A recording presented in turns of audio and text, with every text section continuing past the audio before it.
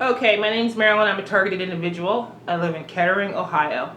I'm a black woman, artist, activist, environmentalist, human rights activist. I'm a working class woman.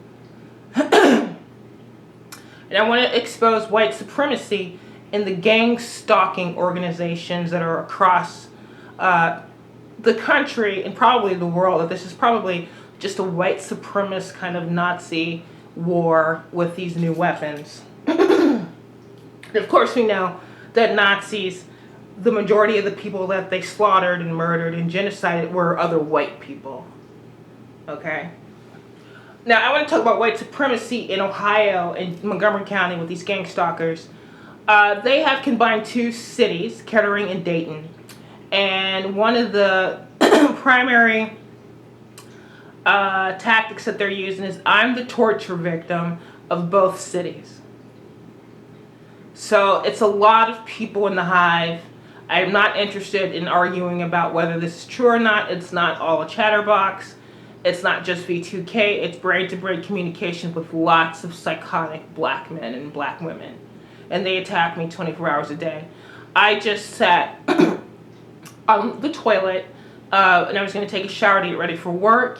And I was forced to throw up 4 times while in the toilet because I defended myself against Edward Hamilton.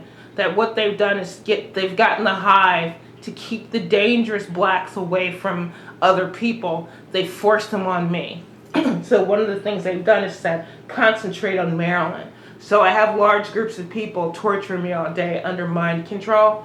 And I just was forced to choke, gag, and vomit my coffee.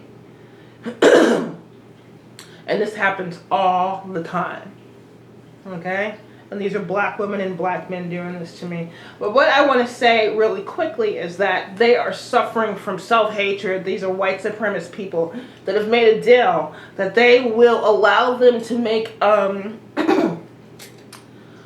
these holographic microwave brain images. These are holograms with microwaves. So they're sharing their brains, leaving themselves vulnerable. There's no privacy.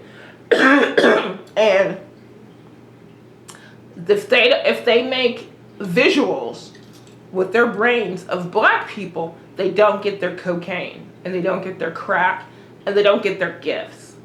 That what the white supremacists of Kettering are doing is getting these black people to commit a atrocity against themselves of very complex racism.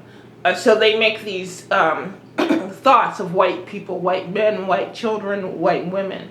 And if they if they think of glorifying the black image, they're punished, they don't get their drugs. And they don't get to hang out with the whites. You see what I'm saying?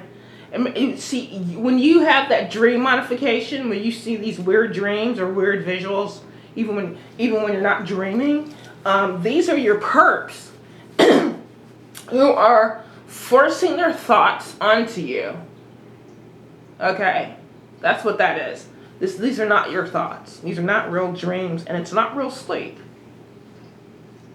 So I thought that it was interesting while I'm defecating and vomiting and choking and telling Edward Hamilton, focus your attention on him because he's torturing me all day and all night.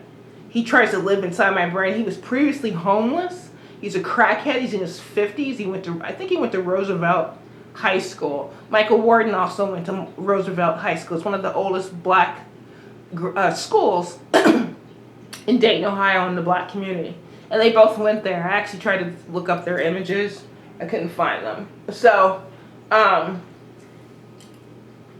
he was previously homeless and he got targeted. Well, they recruited him as a gang stalker. They put him in an apartment off Salem Avenue. So there's 4 or 5 gang stalkers that live together that are at the poverty level, and they're living in a slum. And that's Natasha Williams. She's on welfare. She was arrested for beating her child. She makes child pornography, and she rapes women remotely. She tortures me 24 hours a day for about almost 4 years now. She hasn't stopped torturing me. She's in her 30s. Her family's home went into foreclosure. She smoked crack while she was pregnant. this is all true, and I know that it's true. Now, she was with 3 other men that were previously homeless, periodically a sodomite. And they are rapists. They forced their sins out of each other. What crimes have you committed? And sometimes it's for blackmail. Michael has repeatedly raped black women in the west side of Dayton as a young black male. He's done this and he has no shame about it. Charles Avery, which is Tasha's partner, I guess, he was arrested for molesting a teenager. He pleaded that he was mentally ill and got counseling. They found out the perps that he had molested other teenage girls as an adult. Edward Hamilton, he has proven that he likes the images of children. He's a filthy, vile creature. And then the sodomite. And Michael has stolen Tasha's welfare checks. She's using her welfare check to buy crack and cocaine to bribe people in the hive to control them. Because one of the things that Kettering has is access to wealth. And so they will supply drugs to the poor blacks to be their slaves.